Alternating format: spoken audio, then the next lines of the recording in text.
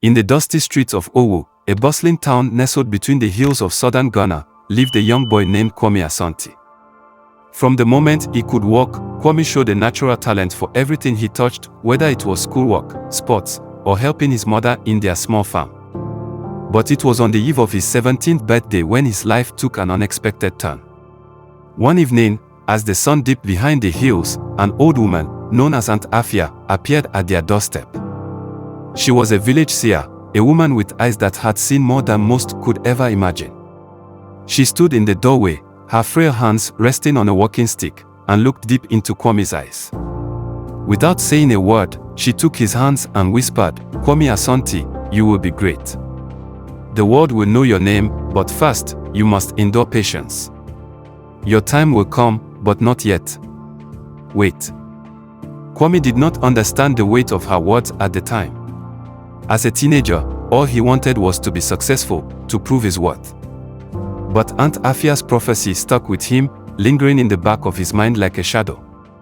Years passed, and the prophecy faded into the background as Kwame's life moved forward. At the age of 30, after years of struggling in the streets of Accra and working menial jobs, Kwame finally received his big break. He landed a job with a major logistics company and quickly climbed the ranks, impressing his bosses with his ambition and sharp mind.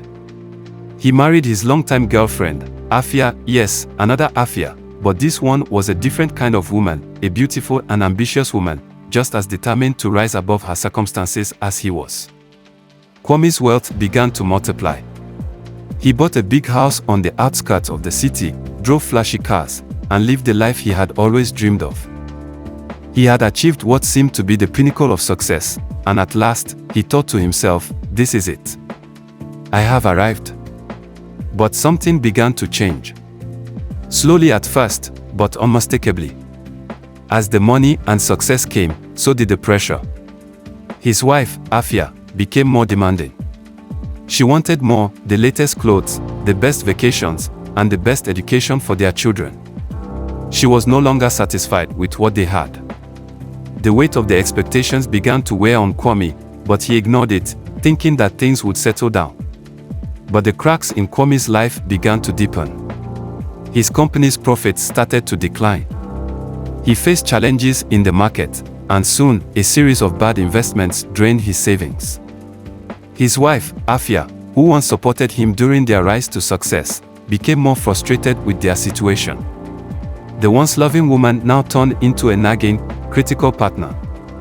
Every day, Kwame heard about what they no longer had, what they once had. She complained that they could no longer afford the luxuries they once enjoyed, and the tension between them grew with each passing day, the weight of the bills, the empty promises of more success, and the constant nagging from his wife slowly drove Kwame to despair. He applied for grants, submitted business proposals to multiple companies, but every time, he was turned away. No one believed in him anymore. Every door slammed shut.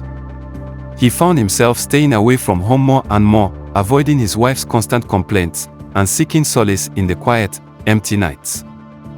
Days turned to weeks, and weeks to months. Kwame became a shadow of the man he once was. He no longer saw the joy in life. The weight of his failed dreams and the pressure from his wife felt unbearable. He remembered Aunt Afia's words, "You will be great, but first, you must endure patience."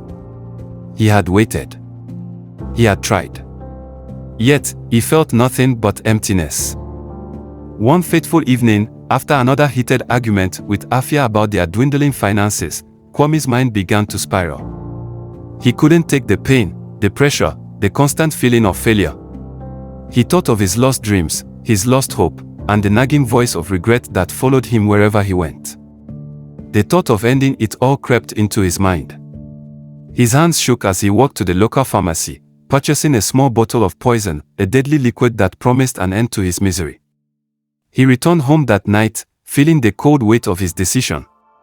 As he sat alone in his room, he drank the poison, his body slowly succumbing to its effects. Just as his vision blurred and his body grew cold, he heard a voice, a deep, otherworldly voice. "Kwame Asante, you would have waited a little longer. You were so close." In an instant, everything went dark. Kwame's life, filled with so much potential, had come to an end. Kwame awoke, not in a hospital, but in a strange, ethereal place, a place filled with light and a calmness that was both comforting and overwhelming. Before him stood a tall figure cloaked in shimmering robes, its face hidden in the shadows. The figure spoke again, "You have taken your life prematurely. The world you sought was just on the other side of your patience." Kwame, confused and frightened, could only stare. Who are you? Where am I? I am the spirit that watches over those who are too hasty. You were destined for greatness, Kwame. But you lacked the one thing that would have carried you through, patience. You had it all. The grants you sought. They were on their way. The proposals. They would have been accepted, but you gave up too soon. Kwame's heart sank. He remembered the last few months of his life, the endless applications, the constant rejection, and his wife's complaints. But why didn't it come sooner? He asked, his voice barely a whisper. Why did everything fall apart? I tried. I gave my best. The path to greatness is not a straight line, Kwame. There are challenges that will test you. You must learn to rise above, to wait when the time is right. Your wife's impatience, your own frustration, clouded your judgment. You were closer than you thought.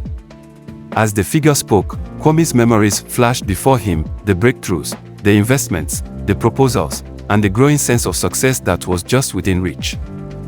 He had been so close. Kwame woke up in his own bed. His heart pounded as he gasped for breath. He was alive. He could feel his pulse. He could feel the warmth of his body. Was it all a dream? No. It was real. The next day, Kwame sat down with Afia. This time, it wasn't about money, about failure, or about their struggles. He looked at her with a new sense of understanding. I've learned something, Afia, he said softly. I was wrong to rush. I should have waited. Afia looked at him, confused. What are you talking about? We are barely making it by. I know. But I can't give up now. The opportunities I've been waiting for are just around the corner. I know it. His voice was filled with a new sense of hope, one that had been reignited after his near-death experience. A few days later, as if the universe had been waiting for him to change his perspective, Kwame received a call. One of the companies he had submitted a proposal to months ago had decided to partner with him. His ideas were exactly what they needed. He was being offered a contract, one that would change his life forever. Kwame's life took a new direction. With the right mindset, he was able to rebuild his wealth, and this time, he didn't let impatience take the wheel. Afia, too, softened.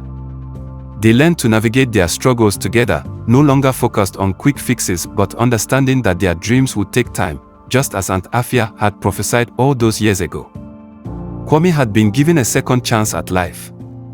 And this time, he would take the slow, steady path to success, never forgetting the price of impatience.